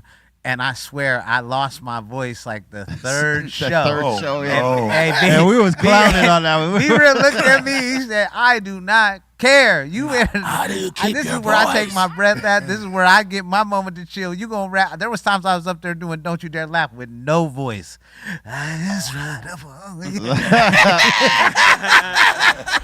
You gonna learn tonight. You gonna learn today. Hey, but he did learn. You know what I mean? He learned from doing those and realizing that control. And then when going out with you were taking him everywhere, and y'all were bouncing that shit on the stage off each other like that. And he learned control there. Because now you see Demrick go on stage and he will fucking rip it like nothing. No problem. Polish. And that happens with time. You know what I mean? Like if you're not doing it enough, you're not gonna have that control. You got to do enough shows. It's like, like if you're a boxer, you get in the fucking ring and it's your first fight. The other motherfucker has 50 fights on you. Yeah. You gonna get hit. You're gonna get hit. But that's an experience. So for you to learn and hone your technique, you might win by chance. You might lose, but you're honing your technique as you go on. If you beat that motherfucker, you knew what it took to beat him, right? If you took too many punches, you kind of figure out, okay, I got to move my head a little bit more and defend. You learn this shit by doing it. And if you got some good guidance, you learn it faster. You know what I mean? And fortunately, Demrick was around X, who had, already figured out how to harness. You know what I'm saying? Demrick's been a sponge. Yeah. That's how you have to be. That's like soak it all in and apply to what works for you, and what doesn't work, you can, put that to the side. But you have to be a sponge in this, in all aspects, whether it's keep learning in the studio and then on stage, all of that. Yeah, you have to keep learning. I don't think there's ever a point where you don't learn something. The person who thinks they know it all in this game don't know shit. Absolutely nothing. Yeah. 100. You got to be flexible, man. Not for nothing, and this will put you to sleep in some cases, it's National Chicken and Waffles Day. Oh, shit. Hell yeah. Itis. That's if it ain't jujitsu, it's chicken and waffles. Put you to sleep. You know what I'm saying? I'm with it. Like that analogy? That was pretty good, right? Shit looks fantastic. Because I got to tell you, man, that back in the early 90s, we'd go to Chicken and Waffles all the time. I mean, Roscoe's all the time for Chicken and Waffles. And I swear to God, every time I'd just be lights out after. Something in the mixture of. Yeah. Probably the syrup. The grease. The grease, syrup, and the the waffle itself. Yeah. Just all night. And that lemonade puts you in a diabetic coma. That too. God And the syrup. damn. It's delicious though. It was It's like an lemonade. overload. The lemonade give you free refills Man. and everything. You know. Yeah. Yo, the iced tea didn't even mix with the shit. It, Yeah. it was just like sit on top of it. It was, Yeah. It's like Two different salt types. content in the ocean. But you know? I got to tell you, if you're a rapper, doing the music industry in L.A. at that time, Yeah, most of the Roscoe's time that's was where it. they'd want to take you because Roscoe's they was think it. that's what you want. Oh, let's make us some fried chicken and Oh, waffle. we go to Roscoe's. It's like shit for real. All right. Damn, look at that. There That it looks is. delicious. I mean, it's That very. was the spot, though. Listen, it's very simple. Yeah, it is. It's very simple. It's not. delicious. It's nothing to like write home about in terms of visual, No. right? But I got to tell you. Presentation is what it is. But I got to tell you, when you actually eat it, it's fucking great fried chicken, and the waffles good. Delicious. Yeah, A little It's cinnamon salute. twist. Man, how did that happen though? How did they come up with that? I know it's from the South, but Someone was bored, yeah. or that's all they had. Why that not day. have And then- steak and pancakes? Like, you know what I'm saying? Like, why that Waffles. combination? I mean, That's that filling. happens. That's, Why not chicken and pancakes? Fuck it. Oh, that looks great. I would try that. But Steak and pancakes. Look at those Steak little. and pancakes. I'd try chicken that. and syrup does go together. It does. Yeah. It kind of. It kind of Yeah.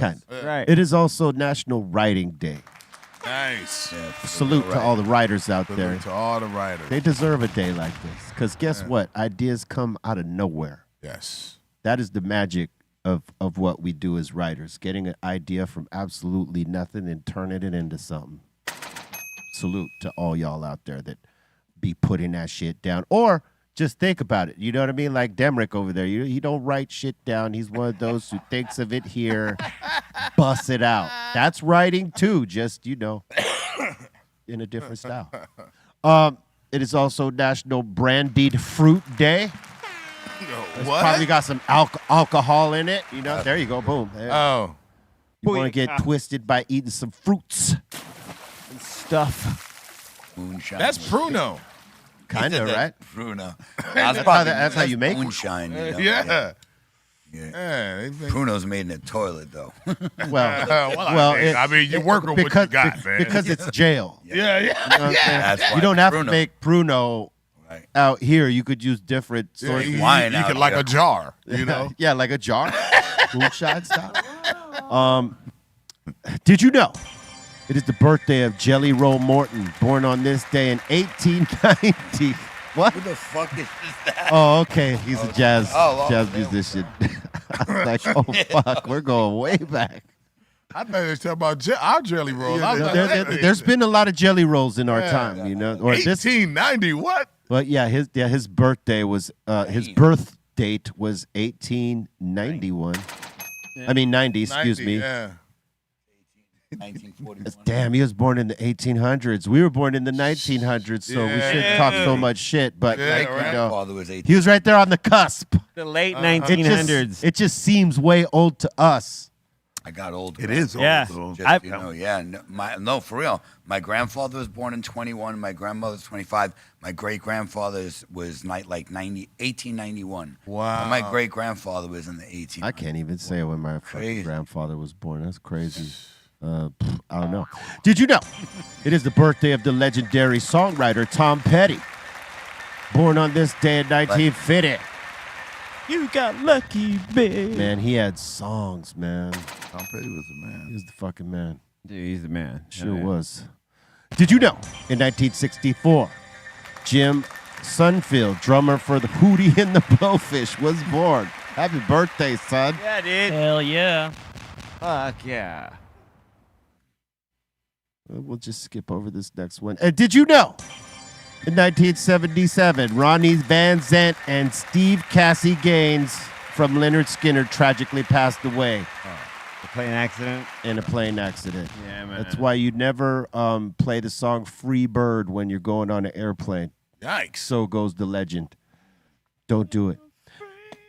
Did you know in 1988, A$AP Ferg was born? Happy birthday, my dude. Love A$AP Ferg. He spit some bars, man. Yeah, he got some jams. He's got some good Yeah, ones. for sure. Know what I'm saying? Much love to my dude. Did you know in 2003 we lost, no, excuse me, in 2003, Amy Winehouse released her debut album, Frank. Oh, it's a good one. That's a dope album. Frankie, baby. Yeah. Rest in peace, Amy Winehouse. She was a great one.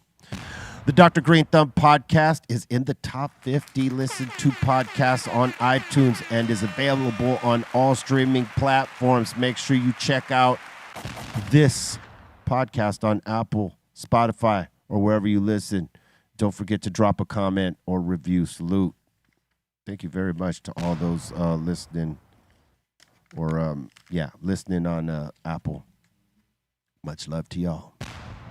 Spotify, fuck off. But, till they get the royalties right, X. I mean, they fuck us on royalties there. Most streaming services, but they fuck us the worst. Yeah. I think they, look, they're going to do what they're allowed to do, right? And until we start taking some kind of, I mean, we got to have some kind of collective way of thinking. Musicians need to make a union, much like the actors are a part of the Screen Guild, right? Yeah, or somebody. It needs to be a distribution and a distribution outlet created by us, ran by us, transparency, votes. You know what I'm saying? Boards. Clean up our own backyard, but right now it's like we've got slumlords that won't let us make improvements. The tenants can't make the improvement. Well, the problem is that all the music that we did for our record labels, where they own the masters, they licensed them to a lot of these fucking streaming platforms for bullshit royalties, and we got fucked the worst on the end overall deal. So we don't know who's generating what. Right, and it's all the same for all of us. There's not any deal where you get more than I do in terms of artist royalty from a streaming platform. So crazy. And we had no representation in that room when they negotiated our music. And that's the fucked up part. So we get what? A fraction of a fucking penny. A fourth of a penny or a fifth Not of a even, penny. like a 1,500. She said 1,500 streams to one album. Yeah. That's You have to fucking get 1,500 streams 1,500, to equal one album. There's your math. That's crazy. And it has to be a certain kind of stream. Yeah. That's the whole thing. It's like, it has to be from a customer that's subscribed to or paying for the money. It's Out of they box. got it's there's a like a lot of- mathematical equation that nobody could figure out. Exactly. Yeah, because you just when you thought you had it figured out, there's another fucking element that you have to fucking add to it that they're never going to tell you till someone else tells you. It's fucked. All right. We're about to open up the doors to the insane asylum. If you got a comment, question, shout out, suggestion, we are here for it. Let's go.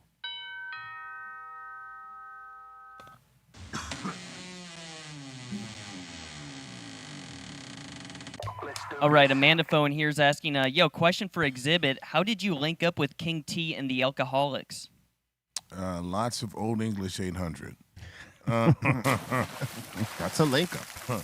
Nah, when I first got, when I first landed in California, I was about 17, 18 years old. I was in the King T and the Alcoholics were the first artists that I met through this guy named James Broadway. He was a producer out in Pasadena, and he had different groups like Dillagaff, Madcap, a lot of the early artists he was dealing with. But King T created the Alcoholics, so they were on the cusp of coming out of 21 and over. Farside was really big at the time, and so everybody was kind of clicked up. So Tila was like, "Yo, well, this is the Liquid Crew." And funny story is, before I was going to be Xzibit, the solo artist, they wanted me to be in this group with this other kid named Ollie Rock. And Ollie Rock was this guy, he used to call him, he had a different type of style, right? Very animated. So they wanted us to be called the Shady Bunch. Horrible. You know what I'm saying? Like, the fucking Shady Bunch. Wow, right? dude. Right, so... So I was gung-ho about it, though. It couldn't tell me shit back then. But this was like people taking me seriously. Right. People taking me seriously. And then I just bounced around to all of like Ballistics, Ballistic, Club Unity, the Good Life, you know what I'm saying? Like all these kind of different sections were going on. So we were building our own self. That's how I got introduced to King T and Alcoholics. But if it wasn't for King T looking at me and saying, seeing the raw talent and allowing me to be around and learn song structure and be in those sessions, and you know, like, I never made a demo. King T put me on his 4th album, 7 songs, called Freestyle Ghetto. That was the first thing I ever dropped, and it went straight out on the record, MCA, and from there I got offered my record deal at Loud. I got to tell you, you know, like, King T doesn't get enough flowers. Yeah. One, as an MC, right? Right. Because he had bars. I mean, one of the most prolific album covers ever, right? And he had songs, and he had the ear for others. I mean, he introduced us to the Liquid crew that become the Alcoholics, that become you doing your shit, and a number of others that the Far Right. Yeah, the Far Right. That you know, like, the man had an ear too. Yeah, barbershop MCs, lot of different cats came out. He was Jerry Westing. Yeah, for sure. You know what I'm saying? But The he GM, built like, it out, yeah. You know, finding the right teams and putting them out. Like, Yeah. like, I feel like y'all need to hear these motherfuckers right here. Yeah. And that was great because he didn't really have to do that. Yeah. And he could have kept the look to himself like a lot of people do. But I think that's a part of why you do what you do. Yeah. You know, because he was opening a world for all of you, and then, you know, you kind of do that with what you do. You know what I mean? Give people the opportunity that you got. Yeah, exactly. I mean, deserving people. You know, like, nobody wants to get used. Nobody likes a motherfucker that forces the issue. Like, nigga, don't call me, I'll call you. You know what I'm saying? Yeah. Like, just because I say I'm feeling generous don't mean that I feel generous to you, motherfucker. Right. Like, let me see a spark. Let me see something. And if it's supposed to happen, I'll reach out and make that happen. Yeah. Right? But again, man, it's a sense of entitlement that people have. They want the fame before It's that the shit. work ethic. It's you that know? shit. Yeah. And once in a while you'll see somebody who just needs a little bit. You know what I'm saying? Like, they already a star. You can see it. They one thing away from being dialed all the way in. Yeah. Right? That's exciting to see. Yeah. You know what I'm saying? But motherfuckers want to get next to other people just so they can be like, listen, now you're responsible for my success. All these things, just because you gave me a high five, now you're responsible for making all my dreams coming true. And if you don't do it and make me a lot of money, you're a fucking idiot. You're an asshole. Or an like, asshole, hey man, yeah. listen, dude, this is not a one-way thing. Like, you don't meet a motherfucker and automatically become Elon Musk, motherfucker. It You know takes what I'm saying? work. Man. It takes work, and sometimes even with in. that work, it's not guaranteed. No. Good enough. You know, and you have to know that. You know, like, everything we do is a risk. You know, not everything wins, but we love the art so much that we take the chance on it. Yeah. But like the people that don't get it, and it's like maybe the first time, and they're like they haven't learned about what this actually is. They still have that false perception of what this is. Like, oh, I got a deal, I should be balling out. No. It takes work to be in that position that you see people fronting on all these platforms like they're fucking living this crazy ass, you know, baller billionaire lifestyle. Some of them are, but a lot of them are fucking fronting. And if you think that that's what this is because of that false perception, that's where it's a wake up call to you. You know what I mean? Because you following the Matrix. Yeah, you following the Matrix. But I mean, like, having a bunch of internet followers is like having a bunch of Monopoly money. It doesn't really mean much. Right. You know what I'm saying? That's the truth. It doesn't mean much. But I mean, when you go out there and you can fill an arena and people are screaming your shit back to you and they going crazy and the beat drops, that's a different thing. You know that is a very different thing, because look, it's a different thing. Because look, here's the thing, right? And you know this because when you do shows, there's people that are reactive that are on these platforms that follow you, right? And then there's your fans that are not on these platforms, or they're not even following you because they don't think to follow you. You know what I mean? But like, it shows you that like these platforms, like you said, they're cool, but they don't really mean that much in terms of selling tickets to shows. Right. Because your real fans are up on game at all times. If you got a website that shows your dates, they're following that. Right.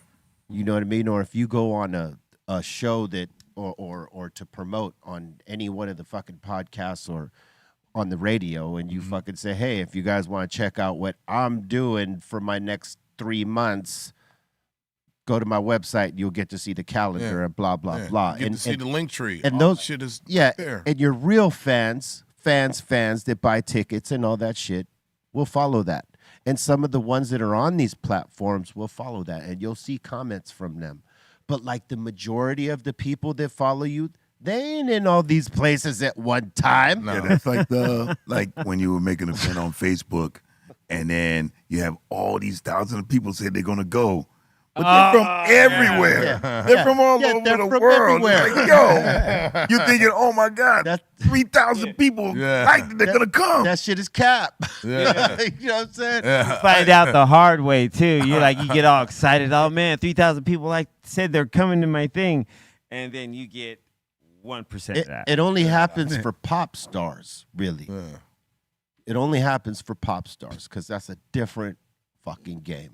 You know what I mean? But like for most, some of the people in these different places that follow us get out to these shows when it's close enough. Close enough to them. Or and some of them fly out. Yeah. You know what I mean? But you can't assume that all your fans in all these places are gonna be there because it will break your heart. Oh yeah, I'm first thing smoking from Bratislava. We'll be right there. So like if you got 2 million followers, right, and you got a show in fucking Austin, Texas tonight. Yeah.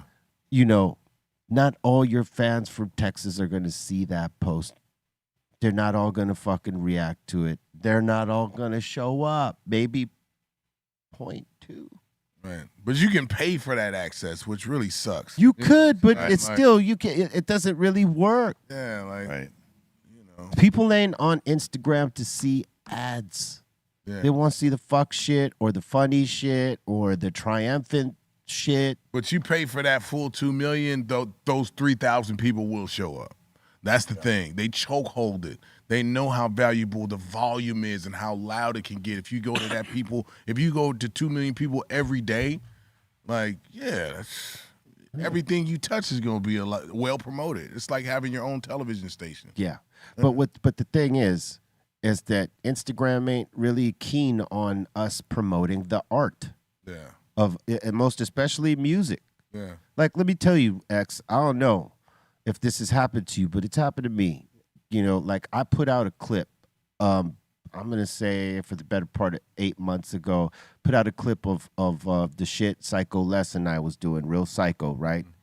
And I put out a clip of one of the songs, I think it was the one with Steph Tone on Lyrical it. Hammer? Lyrical Hammers, right? And put out a 20-second clip of a little animated clip. There was no weed in it. There was no smoking in it. It was a picture of us and other shit moving within the you've seen this type of art, right? They gave me a fucking regulated goods strike. My shit was so dope.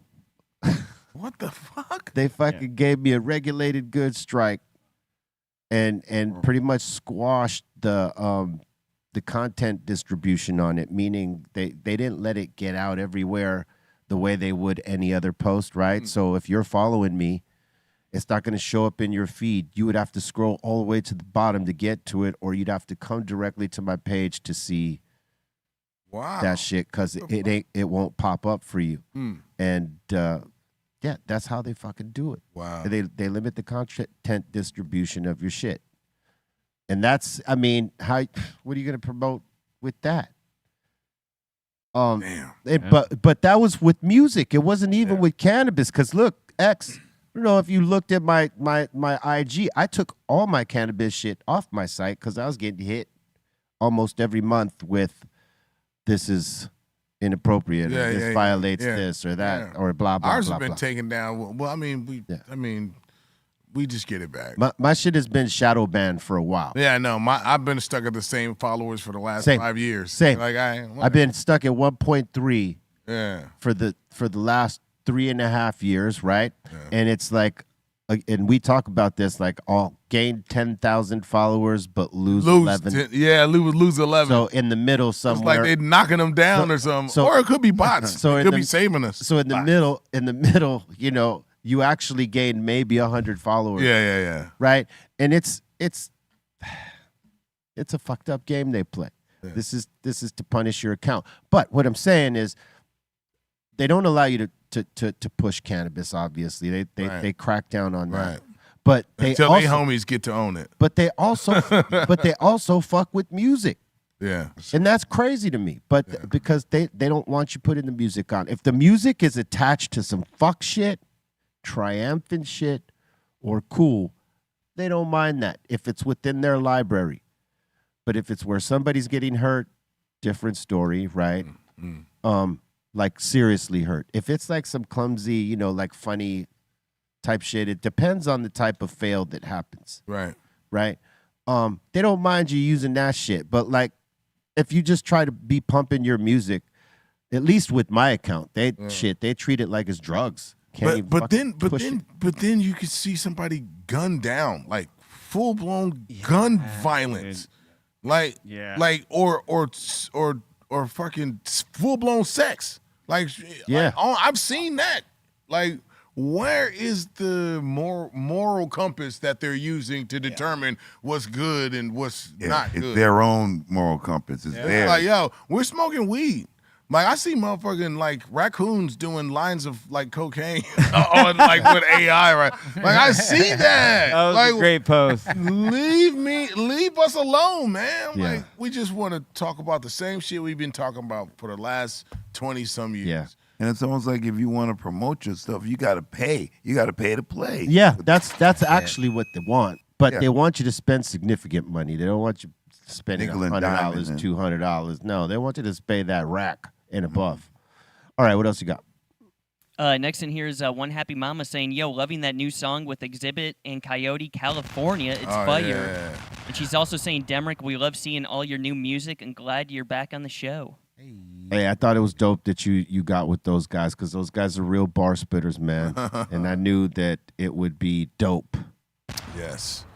I see something in all of the newer guys that I'm like really focusing on. You know what I'm saying? Like, Coyote's definitely dope. I really dig what La Russell's doing. Yeah. You know, there's some real shakers out there. I like Coast Contra. Yeah. Coast Contra. You know, Coast Contra's dope. Yeah, they're dope. You know, You got bars. yeah, of course, my son Trey Capital. Yeah. You know, I think that they are trying to develop into what they know is the real like essence of what they've seen and been around their whole life, and doing it their way now. Yeah. And I really like the way they excel. And so Coyote is definitely they strike me as a young Cypress. You know what I'm saying? Like, they strike me as people that can like really grow into that sound. Yeah. Right. And they have a presence and they have delivery, and you could tell they give a fuck about the craft. They got Right. they got the whole shit locked. I gotta say, their concept game along with their bar spill is fucking phenomenal. Yeah, you know what I mean? A few songs away, like, you know what I'm saying, of from where they are going to rocket into some kind of very, very big movement. You know? Yeah, man. Salute to the Coyote. Oh yeah, they're dope. The Yotes. Notes. You know what I'm saying? All right. What else you got? Little Mike in here asking, yo, Xzibit, any wild stories making Eyes May Shine remix with Mobb Deep? Oh, man. Rest in peace, Prodigy. Yo, they just, that new Mobb Deep record is crazy, too. Shout out Alchemist. He did a good job with that. Yeah, I think it's called Infinite, right? Mm-hmm. Man, it was really dope to hear P and have it get together. They had some really phenomenal moments on that record. When I did that record, man, I was signing loud on the East Coast. We did Eyes May Shine. That came out, had some moderate success, and, you know, they jumped on a remix. Have did the beat, and it was dope. We did it in the room together, you know? So that was a great moment, man. So Eyes May Shine. It was nothing wild, man. It was, oh, yes, it was one thing. Bring it. Okay, so after we did that, we went to a bar, and I had just discovered how to make flaming Dr. Pepper. Oh shit. Yeah, so it was 151 flying around the bar and lighting the bitch on fire. So I was so excited about it. Everybody was drinking them. So I had 3 of them bitches, and I just started like sipping on. I was feeling no pain. Right. So I kept on drinking, not those drinks, but just drinking in general, like Henny and Coke, mixing it up. Right? Ah man. Next thing I know is I got pictures of me getting wheeled to my room in a luggage cart. You know what I'm saying? Like knees up. You know what I'm saying? Like you just lost. Yeah. Like somebody hit the off button. Yeah, luggage cart. Niggas was taking pictures, and it wasn't like the phone, just like the kind you had to, the disposables, you had to wind to get them developed. Some company out there got me in the luggage cart. Fucking crazy. Knees up. Oh man. Yeah. So that was fun. It sounds like it. Yeah. From what you remember of it, right? Yeah. Oh yeah, I remember everything, but the parts I forgot, they definitely reminded me. That always happens. All right, what else you got? Wait, does this say flaming Dr. Pepper right here? Is this what you were talking about? The drink? Yeah, the drink right here. Overproof rum. Yeah, 151. Whatever. They started on fire. Yeah. And they put it in beer. Yeah, that's it. That's it. That's the thing. That's it. And then watch. That's And it tastes exactly like Dr. Pepper. Really? I swear to God. Okay. 151, light it on fire, drop it in some beer. It tastes just like Dr. Pepper. You have more than 2, you're going to be on a luggage cart. Whoa. I believe it. Because 151 ain't no fucking joke. No. Yeah. I mean, it's 151. Oh, yeah, and you down that bitch. Yeah, you don't want no more than that. No. You don't want no more than that. You'd be fucking you had to carried respect, out. You had to respect 151. That's right. Yeah, respect my authority. All right. Yo, X, what was it like working with The Rock on the Gridiron Gang? It was great, man. The Rock is a class act. He's doing a lot of shit right now. That was really dope, man. It was great to be a part of that thing because I had experience in, juvenile detention and all that kind of. I was from that world, so it was dope to be able to step into that role and not only identify with because we did it at the real Camp Kilpatrick, so it was like really a dope experience to have The Rock, working with Phil, the director, and it was a great experience. It was like me cutting my teeth. It was after Triple X2 with Ice Cube, and I knew I had worked on my craft, and so that movie was a big step forward for me. It was dope. That was like solidifying that you were going to be doing that, that you were going to take that shit serious. Yeah. And those opportunities that come, kept like you're going coming, to walk yeah. through that door. Right. Hell yeah. Nah, it didn't stop at cable. It didn't stop at MTV. You were ready to meet the fucking moment, my yeah, friend. man. Hell You know what I'm saying? That's what I'd be telling people. Be ready to meet the moment. Yeah. Because you never know when it happens, but when it happens, you got to be ready to fucking meet it. You know? Work hard. Like I can do music in my sleep, but acting is hard for me. Yeah, I would imagine. Yeah, it's a whole different. It's a way to different use muscle, right? Yeah, different instrument. We rely on something, timing and cadence and rhyming, and you can, once you know a song, right? Mm-hmm. But acting is a whole different thing. You communicating when you're not even communicating. Your body language, the way you listen is more important than the way you speak.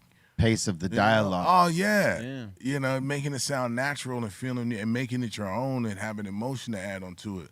Like that's a whole different type of fucking performance. Yeah. So when I saw the first Triple X, I was like, oh man, I gotta get better at this. yeah. And then because it was just one note.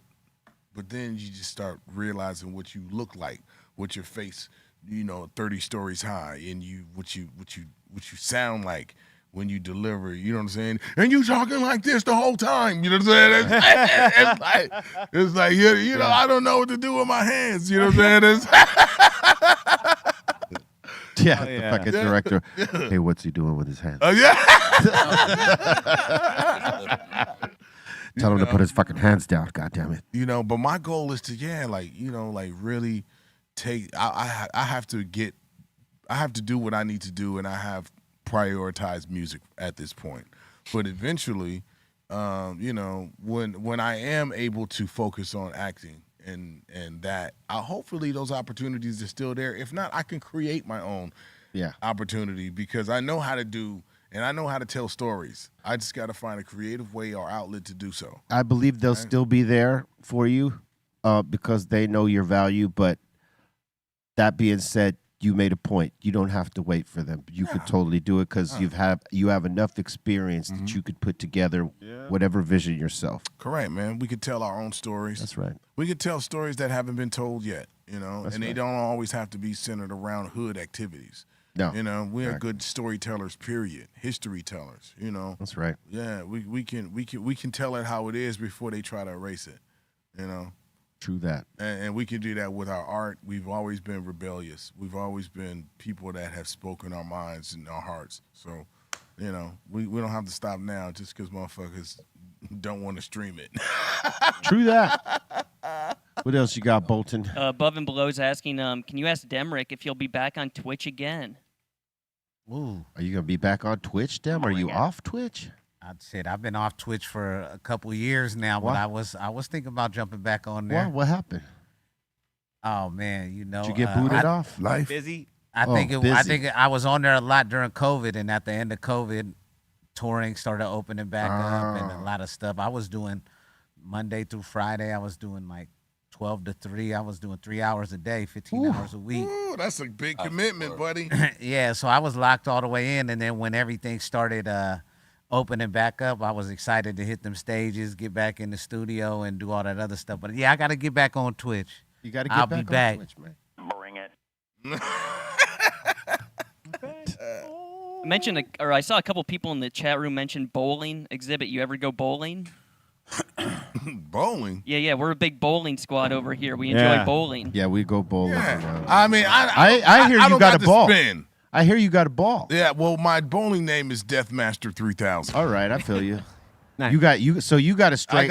You got a straight roll. Yeah, you don't straight have roll. no spin. I don't got no spin. See, I have more of a straight roll where I'm trying to get the spin. I just can't get the spin. No, I just don't. I don't know how this really dates me, but when at the front of the Flintstones cartoon, when he just throws that motherfucker right down the line, Yeah. that's exactly how I bowl. That's how E-Zone. Same form. That's how E-Zone and Trace roll. Like they more like throw the ball down. Like I throw it and try to hit the in the middle. Yeah, the arrow. Yeah. I just hit that middle arrow. I just throw that motherfucker and just land smack, and usually it goes straight. Once in a while I go, but I rarely throw gutter balls. All right, that's. But good. I only got one thing. If it don't knock them all down, 50-50 chance I hit the rest of them. Yeah, that's like everybody. I mean, it's gonna go straight though. Yeah. Yeah. All right, we got to get X in on one of our bowling nights. Come on, man. We got to do it. What's your highest score?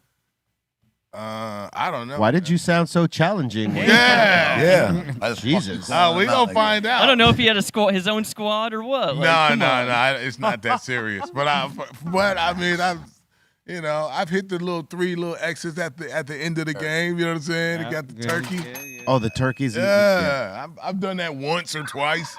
You know what I'm saying?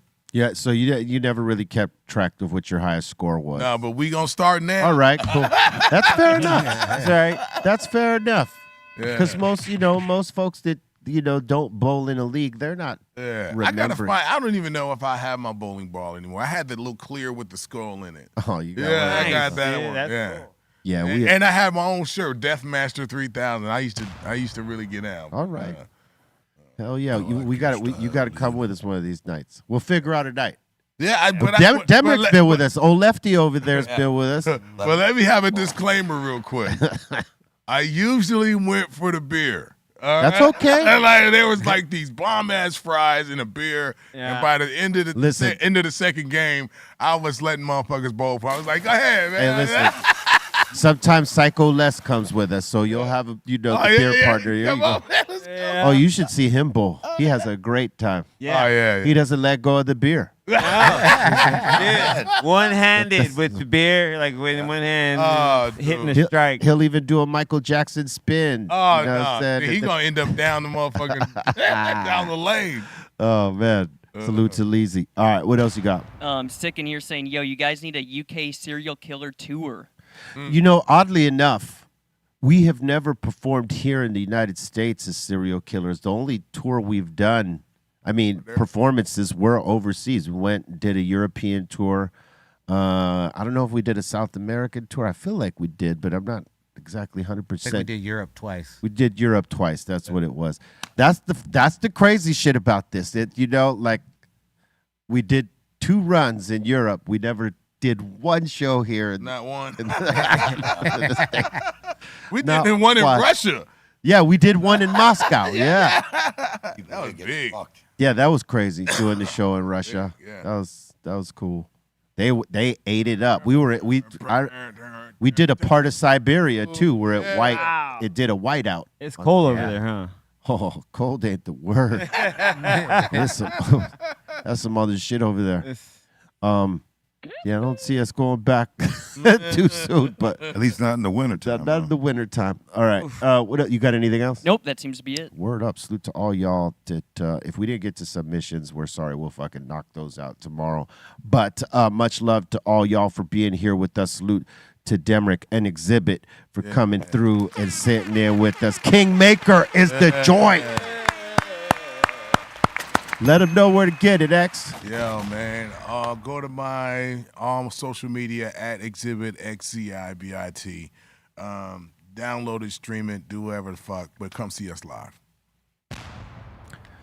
You got any shout outs you want to give? Shout out to everybody who's out there listening. You know what I'm saying? I know this has been a process building this show. I've seen Be Real build this from the ground up, and it's a whole machine now. So congratulations, first of all. All the people that are listening, much love. Listen to the Kingmaker record. Get ready for Kingmaker 2. Get ready for, most importantly, get ready for Halloween, October 31st. Serial Killers dropping an SK anthem. Be Real, Demrick, X to the motherfucking Z, and all the family tree. Scoop DeVille, he produced the whole shit. It's going down. C minus. Oh yeah! Shout out to V, shout out to Blaze, shout out to X to the Z. Pleasure to have you on the show, Big Dog. Shout out to Eric Bobo. Shout out to Demrick. Ooh-wees, man. That record goes hard, man. So Thank you, man. Salute, sir. Shout out to the Sideline crew, Dom, Bolton, and Ray. Shout out to Aton and OG. Shout out to Dro. Shout out to everyone that partied with me for the Prince party on Saturday and yesterday for Eric V's 50-something birthday party with Tony G, Melody, DJ Curse, Mr. Chalk, and, of course, the Baker Boys. It was fun. Shout out to Delicious Pizza as well. It was delicious. And Was it? And have a good one. I'll see you soon. Follow me at C-Fan4 on all the social medias. And word. See you tonight at Motown on Monday. Yeah. What up, Eric Bobo? All right. Catch me on the socials on Twitter X at Eric Bobo, IG at Eric_Bobo, also on Discord. Thank you, X, for coming on through. Demrick, much love to you, my brother, and everybody here at the table, the sideliners, all the people that support the show. Thank you all very much, and we will see you next time. Snacks and I, we say buddy. Bolton. Yo, shout the Insane Asylum. Shout to Ray Morning Shot Film. Shout to the Dominator. What's up, Demrick? What's going on? Shit, I just want to send a shout out to everybody watching, everybody in the chat, everybody at the table, all the homies. My new album, Ooey, is out now. Serial Killer single is up next, and you can check me out at I Am Demrick on all my socials. IAMDEMRICK. Let's go. Cali Blith. Shout out to Xzibit, Demrick. Thanks for coming through. Definitely dope performances. Shout out to everybody who follows us. Follow me at Cali_Blaze. CaliBlaze.net. Much love. Put the hours in. That's been the theme of this whole show. You want to be good at something. You want to be great at something. You want to excel at something. Put the hours in. Swallow that.